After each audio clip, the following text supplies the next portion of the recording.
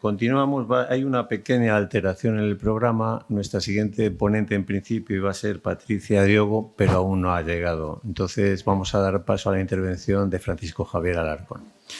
Mientras se sitúa, voy a aprovechar el tiempo haciendo ya su reseña curricular. Él es licenciado en Biología por la Universidad de Granada y doctor por la de Almería en el 97. Tuvo una formación posgrado en el Centro de Investigaciones Biológicas de Baja California del Sur, en México. Ha sido investigador de diferentes proyectos nacionales e internacionales, participando en 25 de ellos como investigador principal. Ha publicado una cantidad ingente de artículos y de comunicaciones a congresos. Creador y responsable de la Unidad de Dietas Experimentales de los Servicios Centrales de Investigación de la Universidad de Almería. Y copromotor de la empresa Life Bioencapsulation, que es una spin-off de la propia Universidad de Almería. Y bueno, pues todos sus esfuerzos desde hace ya 20 años se centran en distintos aspectos de la nutrición y alimentación de peces en acuicultura. Cuando tú quieras, Javier. Muchas gracias. Muchas gracias, lo primero, Julio, por la invitación y participar en este foro donde, bueno, para presentar un poco lo que nosotros estamos haciendo, nuestra perspectiva del uso de las microalgas y también para conocer de primera mano lo que hacen el resto de ponentes. Perdón. Para empezar, lo que quiero es... Un momentín. Esto está... Ahora sí. Hacer un repaso, digamos, breve de las bonanzas que tienen las microalgas. Es verdad que hay algunos puntos o cuellos de botella que hay que solucionar, pero las microalgas per se, y está ya hecho por muchos y dicho por muchos investigadores y trabajos científicos que se están publicando, se pueden utilizar como ingredientes y también como aditivos en la elaboración de piensos fundamentalmente funcionales. Por el contenido en proteína que tienen, por el perfil de aminoácidos también que tienen, porque tienen ácidos grasos poliinsaturados, tipo DHA y EPA, porque son fuente de vitamina, tienen pigmentos carotenoides, tienen compuestos bioactivos que son antioxidantes y luego también pueden mejorar las características físico-químicas de los propios pellets y ahí, sobre todo porque en el contexto que nos movemos hoy en día es una producción sostenible. Además, en el caso de la acuicultura se están buscando soluciones a las que a la vez que el pez se alimenta, también se cuide su estado de salud en lo que se llama la inmunonutrición de los animales. Si nos fijamos en el caso de la proteína, ahí tenéis comparado en la gráfica, arriba tenéis la harina de soja y la harina de pescado, que son dos ingredientes que se utilizan en alimentación, en la formulación de piensos, son los más habituales, y comparamos esos dos ingredientes con una batería de microalgas.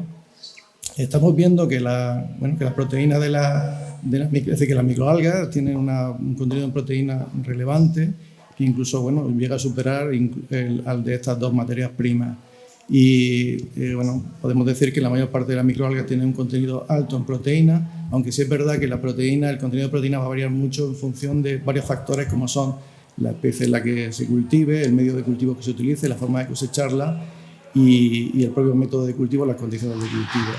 Hay un aspecto interesante también a destacar, es decir, si bien es verdad que las microalgas tienen una cantidad importante de proteína, otra cosa es que esa proteína esté disponible para los animales, porque no olvidemos que son organismos vegetales y los vegetales tienen paredes celulares que impiden, sobre todo en las especies carnívoras, el acceder a esas proteínas. Entonces, a la pregunta de si las enzimas de los animales son capaces de digerir estas proteínas que están ahí, pues se puede responder utilizando simulaciones digestivas en las que, como veis, lo que se trata de simular si el digestivo, no reactores, que se trata de simular si el digestivo de los animales es capaz o no de digerir. De esos reactores, lo que se aplica en las microalgas y se pone también las enzimas digestivas de las diferentes especies en las que hemos estado testando, pues se puede sacar información acerca de cómo se digieren las proteínas, que es el gel de electroforesis que estáis viendo arriba a la derecha, y qué cantidad de aminoácidos se están liberando de esas proteínas, que es la gráfica que tenéis abajo a la derecha. Efectivamente, cuando se hace ese estudio previo para ver si esa proteína se puede digerir, Arriba estáis viendo en una batería de diferentes microalgas, Arthrospira, que es la comúnmente conocida como espirulina, la clorela o la nanoclorosis, que más o menos las enzimas de los peces son capaces de digerir. Eso se ve en las figuras de arriba, que son geles de electroforesis. Cada banda corresponde a una proteína, entonces estamos viendo que a diferentes tiempos de digestión esas proteínas van desapareciendo, que eso quiere decir que las proteínas están siendo digeridas por las enzimas. Abajo en la gráfica lo que estamos viendo son la densitometría, es decir, es ver esas proteínas, evaluar cómo desaparecen, y si os dais cuenta, las gráficas son hacia abajo, son descendientes, y quiere decir que desaparecen, que las enzimas de los peces las están digiriendo, aunque depende también, porque si os dais cuenta en clorela, que es la que está en medio, hay algunas bandas, algunas de esas bandas más oscuras, que no desaparecen por completo, es decir, que hay proteínas que aunque están, no están biodisponibles. Y otra cosa muy importante, no solo la cantidad de proteínas, sino el perfil de aminoácidos que tienen las proteínas. Ahí tenéis una lista de aminoácidos. Esta gráfica lo que trata de ilustrar es el perfil de aminoácidos esenciales que tiene la harina de pescado, que es el referente al que queremos sustituir, con el perfil de aminoácidos que tienen varias especies de microalgas.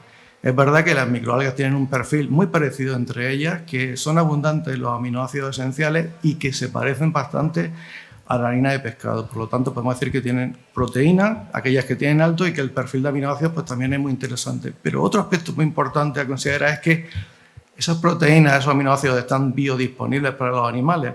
Igual, los mismos ensayos de simulación que hemos hecho anteriormente nos pueden servir para sacar información de si esa proteína que tiene un perfil de aminoácidos muy interesante está biodisponible o no.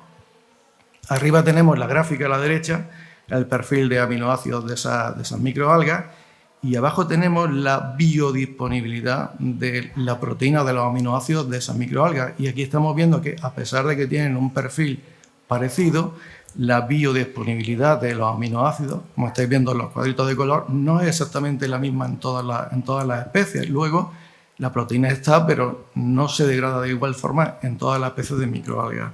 Y eso es un reto y una limitación a considerar.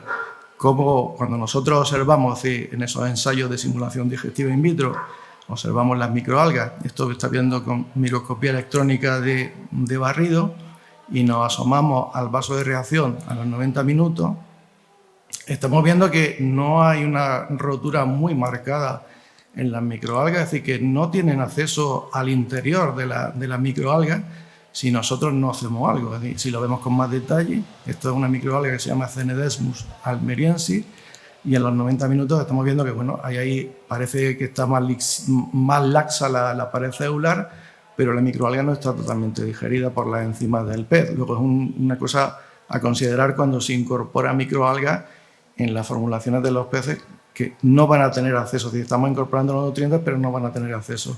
¿Cuál es la solución para...? Bueno, el ponente anterior lo ha mencionado, la solución sería romper esas paredes celulares, que son las que limitan el acceso al interior. Y bueno, a día de hoy hay herramientas biotecnológicas para procesar esa microalgas, y esas paredes celulares que pueden llegar a tener, bueno, son 100 nanómetros, pero es una barrera física que impide a las enzimas que puedan acceder al contenido.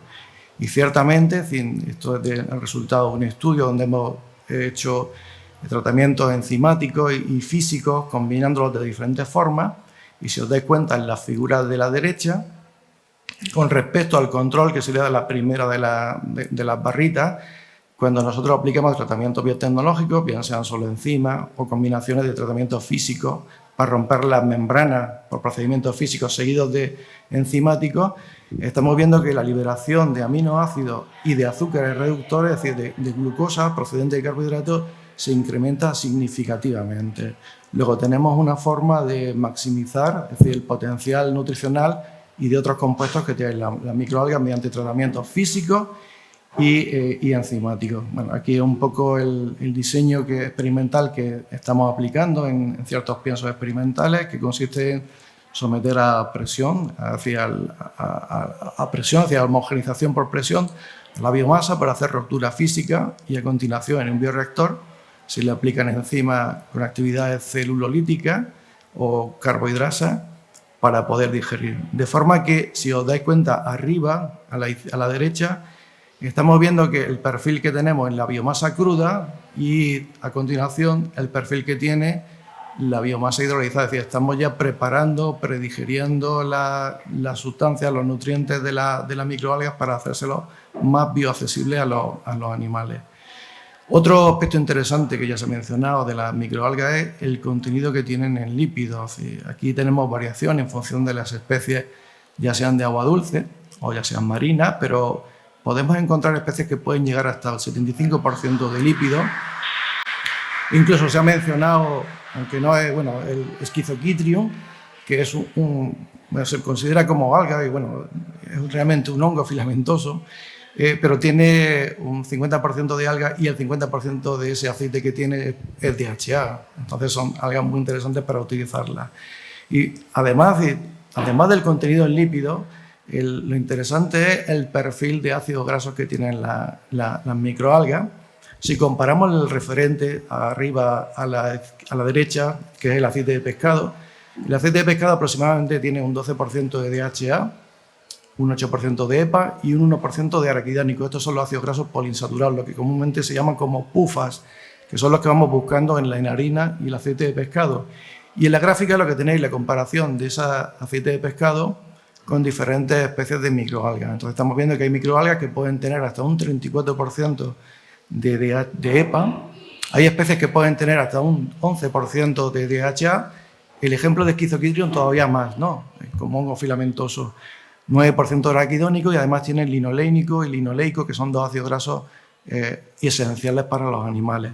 Es verdad que es muy difícil encontrar una única especie que tenga la proporción adecuada de ácidos grasos, sobre todo DHA y EPA, pero sí que podemos hacer una combinación de diferentes aceites algales para conseguir un equivalente a lo que incluye el aceite de pescado. Antes nos han mencionado el ejemplo de Manaberry, que es un producto comercial que ya se está incorporando en los propios piensos a nivel comercial. Entonces, bueno, pues tenemos alternativas al aceite de pescado en las propias microalgas. Como ejemplo del uso de estas algas, es verdad que cuando se incorporan, así, o se ha visto, nosotros también lo hemos visto en experimentos, cuando se incorporan estas microalgas en el pienso, ahí tenéis arriba a la izquierda un experimento que es la composición del músculo de los peces después de alimentarlas con piensos que tienen diferente inclusión de microalgas. Y en la columna que os destaco, que es la de lípidos, estamos viendo que hay una disminución, o si os dais cuenta, en el contenido lipídico, y se debe, bueno, está reportado que las microalgas tienen compuestos que favorecen la utilización metabólica de los lípidos para evitar que se acumulen en los tejidos. De sobra es conocido que ciertos piensos comerciales que se utilizan, que manejan muchos aceites vegetales, aparece un acúmulo importante de grasa hepática y grasa mesentérica que puede repercutir en la propia calidad del pescado. Pero lejos de los cambios cuantitativos, también es importante destacar los cambios cualitativos en el perfil de ácidos grasos del pescado. En el pescado lo que se espera es que sea un producto rico en ácidos grasos poliinsaturados, y ahí tenéis un experimento hecho con larvitas, con peces, con piensos de destete de primera edad, y están alimentados con dos niveles de inclusión de tetraselmi, que es la T, e isocrisis, que sería al 5 y al 10%. Y entonces estamos viendo que la utilización de las microalgas incrementa significativamente el contenido en DHA en los tejidos de los animales. Luego también es una aplicación importante a tener en cuenta. Otro de los componentes de las microalgas son los carbohidratos. El contenido en carbohidratos de microalgas puede variar desde 5 hasta un 35%, incluso más en algunas especies. La composición entre especies varía notablemente. La misión que tiene o la función que tienen esos carbohidratos es constituir lo que se llama la pared celular de los microorganismos, que para ellos es perfecta porque les protege realmente, pero cuando queremos incluirlo en el pienso, para nosotros es un problema porque es una barrera física que impide que los animales puedan acceder al contenido que tienen las microalgas, que es ahí donde está lo interesante. Es verdad que la eficiencia para digerir esa pared celular va a depender mucho de qué carbohidratos estemos utilizando, cómo estén unidos unos a otros y si el pez posee o no las enzimas adecuadas para poder digerir. También es verdad que en el caso de los peces herbívoros no hay problema porque tienen un equipo enzimático adaptado a digerir paredes celulares, Pero en el caso de peces carnívoros, que es la mayor parte de las especies que nosotros manejamos en nuestra acuicultura, pues van a tener una limitación importante y eso nos va a condicionar la cantidad de microalgas que podemos utilizar en los piensos. Es decir, hemos visto anteriormente que si utiliza un nivel relativamente bajo no tienes problemas, pero si utilizas más de la cuenta, lo que generas al final es un problema para los propios peces, porque le estás aportando un ingrediente que no pueden digerir de forma adecuada.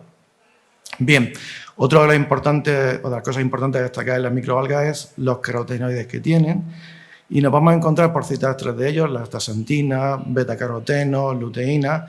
Además de pigmentar además de pigmentar al propio pez o a la carne, otro de los efectos que tienen es que estos carotenoides sirven para estimular el sistema inmune, por lo tanto son inmunoestimulantes. Y entonces de ahí es que cuando nosotros apliquemos microalgas, la respuesta frente a un patógeno la podemos encontrar que sea más alta en los animales que estén alimentados con piensos suplementados con microalgas. Aquí tenéis un extracto de carotenoides en ese proceso de biorefinería. Pues obtener un extracto de carotenoides a partir de nanoclorosis gaditana, que es una especie que está sonando, es muy interesante, es decir, la estamos viendo en distintos sitios, que es una especie muy interesante para considerar. Es un extracto que si le incorporamos al 0,2% en el pienso, que es un nivel, digamos, de aditivo, no de ingredientes, podemos incrementar hasta en un 40% el contenido en carotenoides en un pienso, por ejemplo, para el destete. Con lo cual estamos incorporando sustancias que son inmunoestimulantes y sobre todo en piensos de primera edad pues tienen un valor relativamente destacable.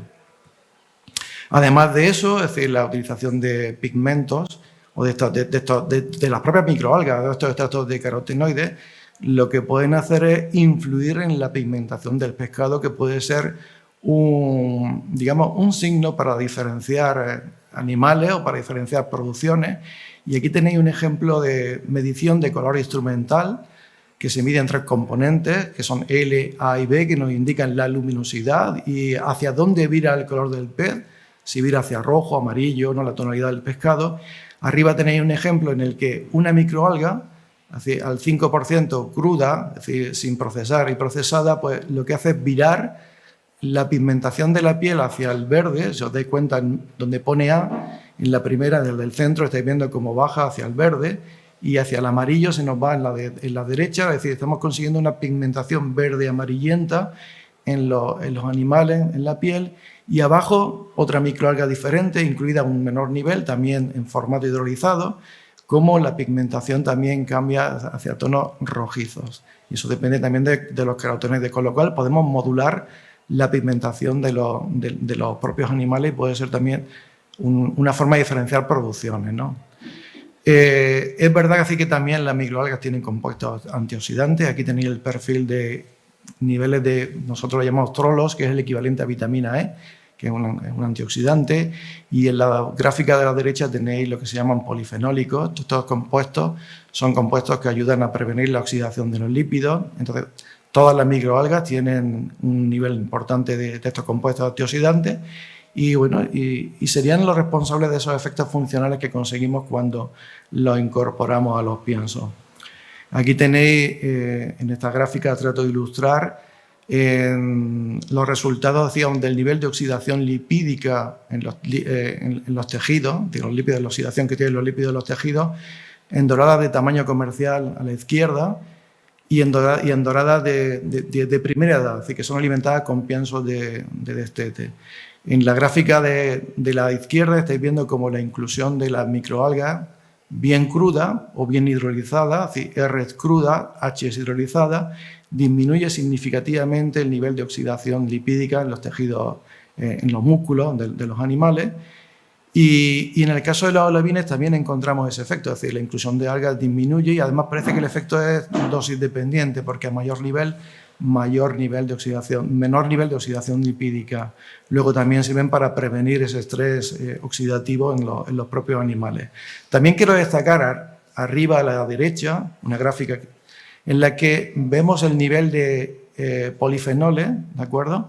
O el nivel cuando nosotros procesamos la biomasa, es decir, Cuando la flecha que os destaco en rojo sería cuando nosotros procesamos la biomasa tecnológicamente con enzimas, el nivel de biodisponibilidad de compuestos fenólicos se incrementa notablemente, con lo cual, si nos volvemos a la gráfica de en medio, con los alevines de dorada, podemos conseguir que con menor nivel de microalgas estamos obteniendo el mismo nivel de protección que cuando utilizamos mayor nivel de microalgas en estado crudo, ¿no? Sin procesar, con lo cual supone un ahorro importante a la hora de utilizar un producto que sabemos y hemos mencionado que son relativamente caros a la hora de incorporarlo en los piensos. Bueno, nosotros hemos estado trabajando y hemos colaborado con otros investigadores para evaluar el potencial de las microalgas en distintas especies de la acuicultura europea, en dorada, en lenguado, en rodaballo, incluso en esturión, que es un pez de agua dulce. Y hemos probado, bueno, tanto las algas como algunos extractos algales. Nosotros tenemos también una pequeña planta piloto para producir piensos experimentales y con extrusores y sistemas equivalentes a los que ha mencionado el ponente anterior. Y bueno, hemos hecho experimentos en los que se incorporan las microalgas a diferentes niveles, tanto en piensos de primera edad como en piensos de perengorde. Y hemos estado evaluando el crecimiento, composiciones químicas de los peces, la funcionalidad digestiva y la calidad del producto. Y bueno, en general, por no extenderme mucho, con respecto al crecimiento, cuando utilizamos las microalgas como ingrediente, es decir, como un ingrediente con niveles altos de inclusión, estamos hablando de un 15% de inclusión o un 5 o un 10% de inclusión, hemos visto que en general el crecimiento de los animales no se modifica, es decir, no son compuestos que incrementen el crecimiento de los animales, es decir, se consiguen crecimientos similares o incluso cuando el nivel de microalgas es alto, ligeramente inferiores a los tratamientos control. Y cuando lo hemos utilizado como aditivo, es decir, a niveles de inclusión bajos, arriba tenéis un ejemplo de varios productos desarrollados con formulados que llevan microalgas, cómo se obtienen también resultados similares a los que se obtienen con un pienso control. Y cuando se utilizan también hidrolizados de microalgas, es decir, el crecimiento de los peces, digamos, no se incrementa. Obtenemos las mismas tasas de crecimiento que cuando se utiliza un pienso estándar. Lejos de ser una desventaja, es una ventaja, porque es verdad que no influye en el crecimiento esos positivos, pero sí tienen efectos positivos que vienen derivados de esos compuestos funcionales. Una de las cosas en las que nosotros nos centramos mucho a la hora de ver el papel que tienen estos ingredientes o los posibles ingredientes alternativos es cómo afecten a la mucosa intestinal, porque la mucosa intestinal es una barrera muy importante, porque es la barrera, digamos, es la superficie por la que se absorben los nutrientes y también es una barrera física frente a patógenos. Y de la integridad de esa mucosa intestinal va a depender una buena absorción para que el animal pueda crecer de forma adecuada y también de forma directa su estado de salud. Y nosotros nos centramos mucho en observar esa mucosa a nivel, bueno, mirándola con microscopía electrónica bien de barrido o bien de transmisión para ver en qué estado está. Y abajo, por ejemplo, en las gráficas de abajo, en las figuras de abajo, que se está viendo el microvilli, que son las microvellosidades, lo que hacemos es contar las microvellosidades, medirlas y ver la densidad que tienen esas microvellosidades, porque nos aporta información de cómo de fuerte es la barrera de protección y cómo de importante es esa capa como superficie de absorción. Y cuando hacemos las mediciones, uno la puede ver a microscopio electrónico, pero si lo trasladamos a medidas y estimaciones que hacemos, podemos hacer estimaciones del papel que tiene esa barrera física con respecto a proteger y también con respecto a absorber. Y lo que sí vemos, y por eso destaco los números en rojo sobre la gráfica, que cuando uno incluye microalgas, en general lo que encuentra es un efecto positivo sobre el estado de la mucosa. Entonces, bueno, eso es un papel importante que hemos venido viendo en el uso de microalgas y que lejos de ser una desventaja es una ventaja, aunque los peces no tengan mayores crecimientos, aplicando un aditivo que es más caro, que sabemos más caro, pero tienes aquí una ventaja que a la larga puede suponer es muy interesante para los animales. En esta gráfica os trato de ilustrar diferentes especies de peces, arriba diferentes especies de microalgas y diferentes niveles de inclusión de esas microalgas, y os pongo como 4 apartados distintos, uno relacionado con el crecimiento arriba, a continuación la composición, seguido serían las cuestiones de actividad enzimática y digestiva y finalmente el estado de esa mucosa intestinal. Los colores que os pongo, pues el verde, si hemos visto, son efectos positivos, en gris si no hay efecto, y en rojo serían los efectos negativos. Entonces estamos viendo que en general los efectos son efectos neutros y encontramos muchas luces, es decir, muchas de las casillas están verdes, sobre todo en lo relacionado con ese estado de la mucosa intestinal. Con lo cual podemos concluir que el uso de microalgas tiene un papel muy importante sobre el estado de la mucosa intestinal, que es una barrera a cuidar en el caso de los peces.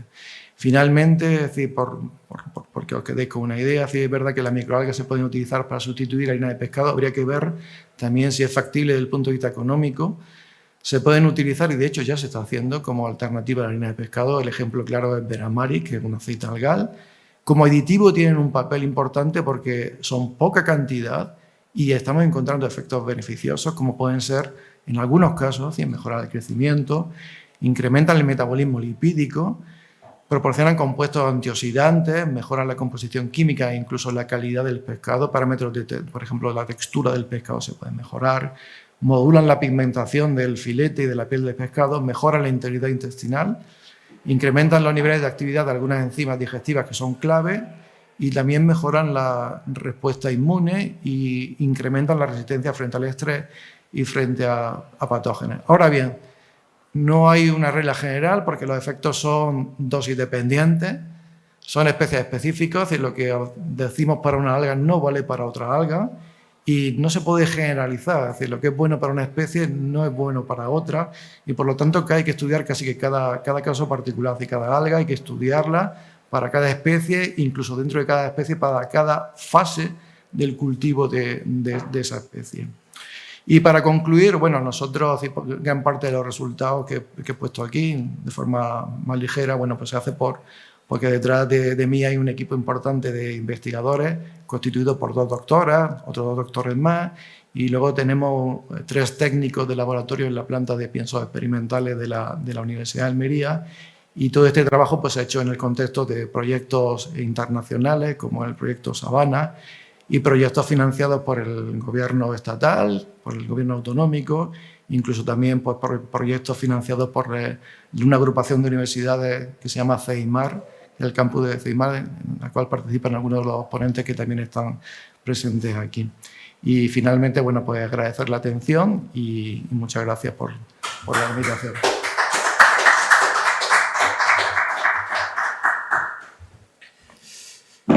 Muchísimas gracias, Javier. La verdad es que hacéis unas presentaciones magníficas todos. Siguiendo la pauta establecida, pues si alguno de los presentes quiere formular 1 o 2 preguntas a Javier, pues es el momento. Nadie se anima, esto es como las subastas a la 1, a las 2. Vale, bueno, pues entonces ahora vamos a tener un descanso. ¿De acuerdo? Son las 11:05, pues a las 11:25 aproximadamente reanudamos la sesión. ¿De acuerdo? Gracias.